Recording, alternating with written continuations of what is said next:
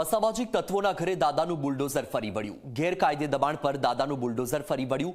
ગુજરાતમાં કાયદામાં રહેશો તો ફાયદામાં રહેશો।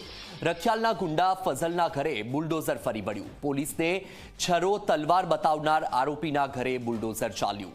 અકબરનગરના છાપરા વિસ્તારમાં ગેરકાયદે બાંધકામ કરવામાં આવ્યું હતું। કાયદો અને વ્યવસ્થાને ચેલેન્જ કરનાર સામે કડક પગલાં લેવાશે। કાયદામાં રહેશો તો જ ફાયદામાં રહેશો।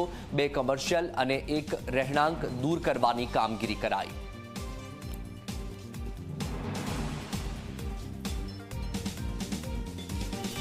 તો આ દ્રશ્યો તમે જોઈ રહ્યા છો અમદાવાદના છે કે જ્યાં અસામાજિક તત્વોના ઘરે દાદાનું બુલડોઝર ફરી વળ્યું છે। જી હા, ગેરકાયદે દબાણ પર દાદાનું બુલડોઝર ફરી વળ્યું। ગુજરાતમાં હવે તમે કાયદામાં રહેશો તો જ ફાયદામાં રહેશો।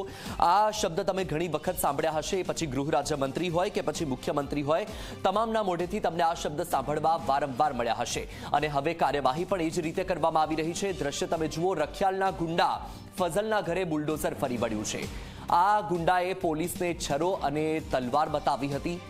પોલીસને છરો અને તલવાર બતાવનાર આરોપીના ઘરે બુલડોઝર ફરી વળ્યું છે।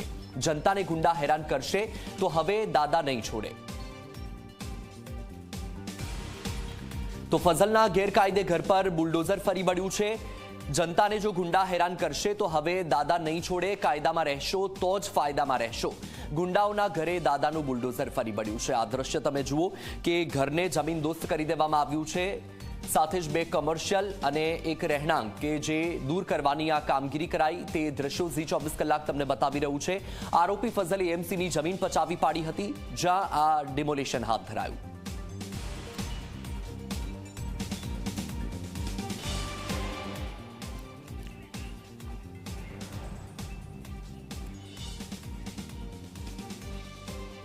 તો તમે સાંભળ્યું કે વારંવાર જે રીતે ગૃહ રાજ્યમંત્રી અને મુખ્યમંત્રી દ્વારા વારંવાર કહેવામાં આવે છે કે ગુજરાતમાં કાયદામાં રહેશો તો જ ફાયદામાં રહેશો, અને એ રીતની કાર્યવાહી પણ કરવામાં આવી રહી છે। વધુ માહિતી સાથે સંવાદદાતા અર્પણ કાયદાવાલા આપણી સાથે જોડાઈ ગયા છે। અર્પણ, જે ગુંડો ફઝલ કે જેણે પોલીસને પણ ઘાતક હથિયારો બતાવ્યા હતા, એએમસીની જમીન પચાવી પાડી હતી, ત્યાં દાદાનું બુલડોઝર ફરી વળ્યું છે। સખત કાર્યવાહી કરવામાં આવી રહી છે। શું કાર્યવાહી છે, શું update?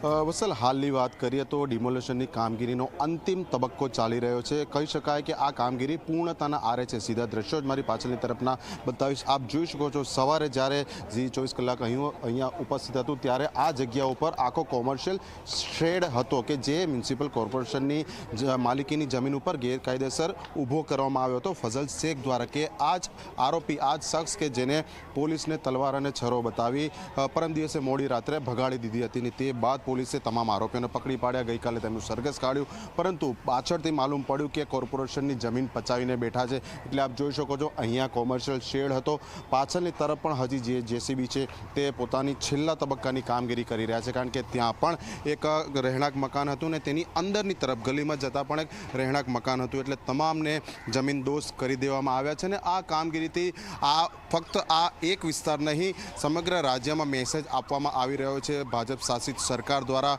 Ahmedabad municipal corporation, Ahmedabad શહેર પોલીસ દ્વારા, કે કાયદામાં રહેશે તો ફાયદામાં રહેશો। કારણ કે જે રીતે સિસ્ટમને ચેલેન્જ કરી હતી આરોપી ફઝલ સહિત તેના અન્ય સાગરીતોએ, જે રીતે પોલીસને ચેલેન્જ કરવામાં આવી હતી, આ અહીંની વાત કરું તો વર્ષ 2019માં જ અહીંના તમામ લોકોને નોટિસ આપી દેવામાં આવી હતી। સર્વે પણ થઈ ચૂક્યો હતો, તેમને મકાનો પણ વૈકલ્પિક વ્યવસ્થા તરીકે ફાળવી દેવાયા હતા। તેમ છતાં આજ દિન સુધી આ જમીન ખાલી કરવામાં આવી નહોતી। આખરે મ્યુનિસિપલ કોર્પોરેશને પણ અમદાવાદ શહેર પોલીસની જેમ પોતાની લાલ આંખ કરી છે, કારણ કે ગઈકાલે શહેર પોલીસે આ તમામ લોકોને પોતાની ઓકાત બતાવી દીધી હતી। આજે છેલ્લા તબક્કાની ડિમોલેશનની જે કામગીરી છે તે ચાલી રહી છે। આપ જોઈ શકો છો, અંદરની તરફ પણ હજી એક જેસીબી છે કે જેના દ્વારા જે ગેરકાયદેસર બાંધકામ થયેલું છે તેને તોડવામાં આવી રહ્યું છે। એટલે આ એક સ્પષ્ટ મેસેજ છે આવા તમામ ગુંડા તત્વોને કે જે કાયદો વ્યવસ્થા ગુજરાતની બગાડવા માટે સતત પ્રયત્ન કરતા હોય છે, સમયાંતરે પોતાના કરતૂતો કરતા હોય છે। પરંતુ આ ઘટના બાદ અમદાવાદ શહેર પોલીસે પોતાનું જે સ્વરૂપ બતાવ્યું અને સાથે જ વહીવટી તંત્રએ પણ પોતાની જે કામગીરી બતાવી,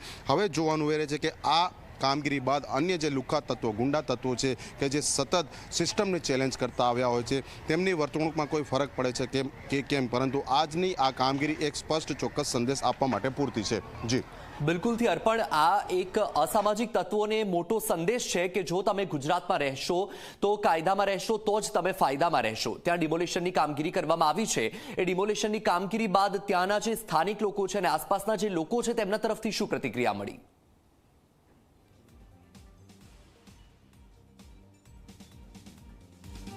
વત્સલ, હું આપને જણાવવા માંગીશ કે ખૂબ જ સંવેદનશીલ વિસ્તાર છે, એટલે ખૂબ જ મોટા પ્રમાણમાં પોલીસ કાફલો અહીંયા ખડકી દેવામાં આવ્યો છે અને અહીંયા કોઈ પણ વધારાના વ્યક્તિને રાખવામાં આવ્યા નથી, કોઈને પણ અંદર આવવા દેવામાં આવતા નથી, જેથી કરીને કાયદો અને વ્યવસ્થાની કોઈ પરિસ્થિતિ ન બગડે, કોઈ એકબીજાની ઉશ્કેરણી ન કરે.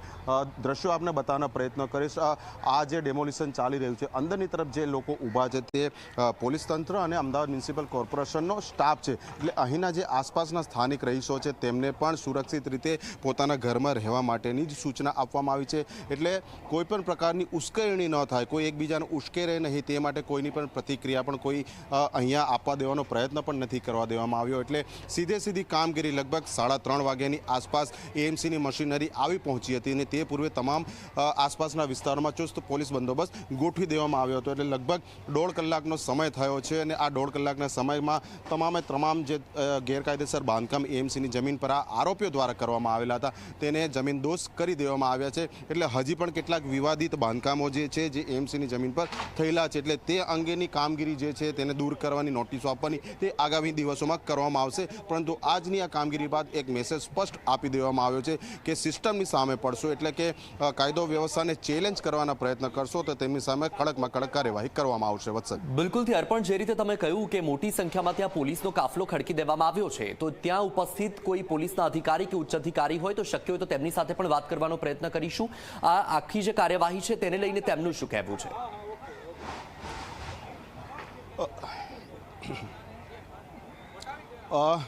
વત્સલ, હું આપને જણાવું કે આ કામગીરી જે છે તે અમદાવાદ મ્યુનિસિપલ કોર્પોરેશન દ્વારા કરવામાં આવી રહી છે અને તેમના તરફથી અહીંના જે કોર્પોરેટર છે આપણે તેમની સાથે થોડી ક્ષણો પહેલાં વાત પણ કરી હતી અને તેમની પ્રતિક્રિયા પણ આપણે બતાવી છે. એટલે હાલ પોલીસ ફક્ત અહીં જો વાત કરીએ તો ફક્ત સહાયકની ભૂમિકામાં છે, કારણ કે કાયદો અને વ્યવસ્થા ન કથળે તેની જવાબદારી રાખવાની પોલીસની છે. એટલે આ જે કામગીરી થઈ રહી છે તે એએમસીની છે અને એએમસી તરફથી તેમને અહીંના જે કોર્પોરેટર છે તે સત્તાવાર વાત કરી ચૂક્યા છે. એટલે હાલ પ્રોટોકોલના કારણે અન્ય ઉપસ્થિત પોલીસ અધિકારીઓ છે તે કેમેરા સમક્ષ હાલ કશું કહેવા સક્ષમ નથી, પરંતુ એટલું છે કે આ કામગીરીના કારણે પોલીસ અને અમદાવાદ મ્યુનિસિપલ કોર્પોરેશને બંને સ્પષ્ટ મેસેજ આપી દીધો છે કે જો ભવિષ્યમાં અન્ય કોઈ તત્વો જે આ પ્રકારનો પ્રયત્નો કરશે તો તેમની સામે પણ આ જ પ્રકારની કાર્યવાહી કરવામાં આવશે.